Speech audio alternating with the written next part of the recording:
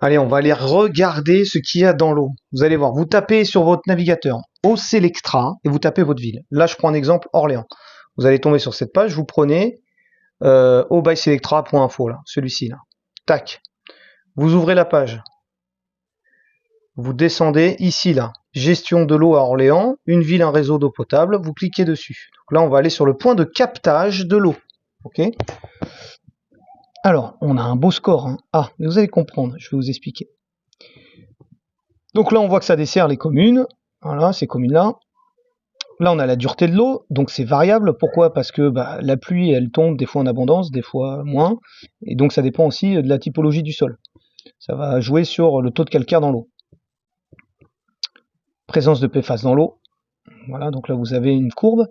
Mais vous allez voir, c'est le menu déroulant qu'on a après là. Voilà, regardez, vous avez paramètres physiques, bactériologiques, physico-chimiques, chimiques inorganiques, tout ce qui est lié à la désinfection de l'eau, les métaux lourds, hydrocarbures, pesticides, radiologiques. Tout ça, ce sont les éléments qu'on recherche dans l'eau.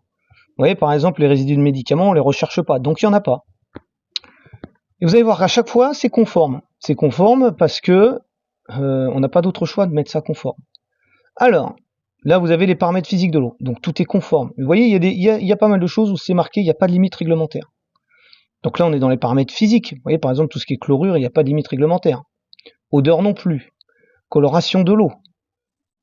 Vous avez une eau conductive. Alors, on met 1100 microsiemens, savoir la conductivité de l'eau, c'est les caractéristiques de l'eau à laisser circuler l'électricité. Voilà, en gros. On va aller dans les paramètres bactériologiques. Voilà, donc là, vous avez tout ce qui est bactéries. Et vous voyez, il y a certaines bactéries, il n'y a pas de limite réglementaire. Mais c'est conforme. Donc, ça peut être que conforme s'il n'y a pas de limite réglementaire. Et après, vous allez me dire, mais oui, il y en a très peu. On va les voir après, là. Paramètres physico-chimiques. Vous allez me dire, c'est des microgrammes ou des milligrammes par litre. C'est pas beaucoup. Le problème, c'est le cocktail. Donc là, ici, on a tout ce qui est physico-chimique, ammonium, les nitrites, nitrates, vous voyez, sulfate, aluminium, barium, pas de limite réglementaire, ni sur l'aluminium. C'est conforme. Vous voyez, calcium, c'est pareil, pas de limite réglementaire. En fait, c'est la dose qui fait le poison, je le rappelle. Et là, vous avez, même si c'est des petites doses, c'est l'accumulation de ces doses. On va continuer. Attendez, hein, restez bien parce que vous allez voir. Paramètres chimiques inorganiques. Voilà, donc là, vous avez aussi des éléments comme le perfluorobutane ou l'acide perfluorodécanoïque. Il n'y a pas de limite réglementaire. Donc c'est conforme. Voilà, les présences d'acides, différents types d'acides, etc. Donc tout ça, il n'y a pas, vous voyez, pas de limite réglementaire. On en trouve très petite quantité, mais bon, faut pas s'inquiéter. Désinfection liée au chlore. Il n'y a pas que du chlore. Il y a du bromate, broroforme, chloroforme, chlorite. Vous voyez? Là, on a du trialométhane, 4 substances. Mais c'est conforme. Et puis d'ailleurs, de toute façon, il n'y a pas de limite réglementaire là, donc, sur le chlore, donc on peut y aller. Hein.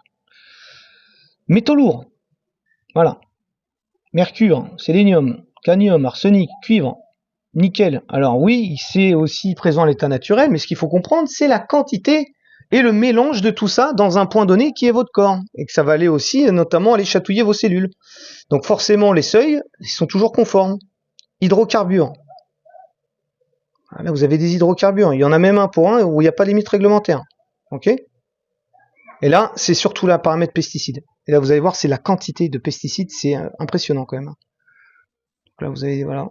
Et certains pesticides, il n'y a pas de limite réglementaire. Donc à chaque fois, vous avez 0,1 microgramme. Mais multiplié par 100, eh ben, vous êtes déjà à 1 microgramme. Par 10, pardon. Et par 100, c'est par... vous avez 10 microgrammes de pesticides de présent. Vous voyez, quand vous faites l'addition, là.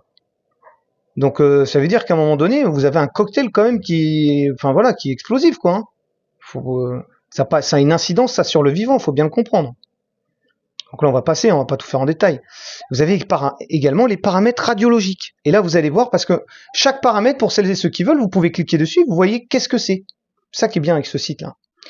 Et là, il n'y a il n'y a pas de limite réglementaire dans tout ce qui est risque radiologique. Prenez le tritium. On va cliquer dessus. Et là, vous avez notamment le Centre international de recherche sur le cancer, le CIRC, d'accord, qui a classé le tritium en classe 1, c'est-à-dire, il désigne cette substance comme cancérogène avérée pour l'humain. ça veut dire qu'on a des éléments qui favorisent l'apparition de cancer chez l'homme. Ok? Donc c'est plus une fable, c'est un fait. Vous avez un facteur qui peut avoir une incidence sur votre état de santé. Donc faut pas oublier que une agression est toujours le résultat d'une intensité et d'une durée. Je reviens en arrière. Et donc, ils mettent des recommandations. Quand je veux protéger mon installation, les appareils électroménagers, etc., donc contre le calcaire, je mets un adoucisseur d'eau. Et là, on rajoute beaucoup de sodium. Donc, par contre, en termes de purification de l'eau, tout ce qui est filtration de l'eau, mais surtout ces systèmes à osmose inverse, là, marqués, permet de capter les impuretés, les résidus de chlore, les traces de métaux lourds ou de pesticides. Pour simplement éliminer le goût de chlore dans l'eau et faire reposer l'eau quelques heures au réfrigérateur. Alors, c'est surtout pour enlever tout ça, quoi. Voilà. Faut bien comprendre que tout ça, là, il faut enlever déjà. Donc, avant de modifier, d'apporter, il faut que l'eau, déjà, elle puisse, qu'est-ce qu'elle apporte et qu'est-ce qu'elle emporte. Mais là, elle apporte beaucoup de choses, vous voyez bien. Donc, il faut déjà enlever tout ce qu'elle apporte, déjà, pour commencer. Et surtout, il faut bien prendre en compte que c'est tous ces éléments-là, c'est un cocktail.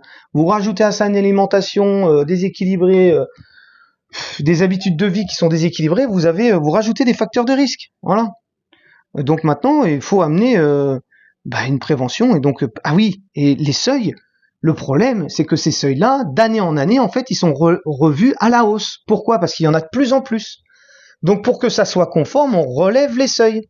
Sinon, on peut plus distribuer l'eau. Voilà, c'est ça le problème. Et donc d'année en année, on voit une augmentation. Jusqu'où on va aller? Donc à un moment donné, moi j'ai choisi d'installer une osmose inverse à la maison. C'est pour ça que j'en parle. Il y a des super outils qui permettent de filtrer l'eau, de la purifier. Donc à un moment donné, à vous de voir. Pour celles et ceux qui veulent passer à l'action pour avoir une prévention plus adaptée, il faut s'équiper, vous n'avez pas le choix. Voilà. Je vous remercie d'avoir écouté cette vidéo et je vous dis à bientôt. Allez, ciao, bye bye.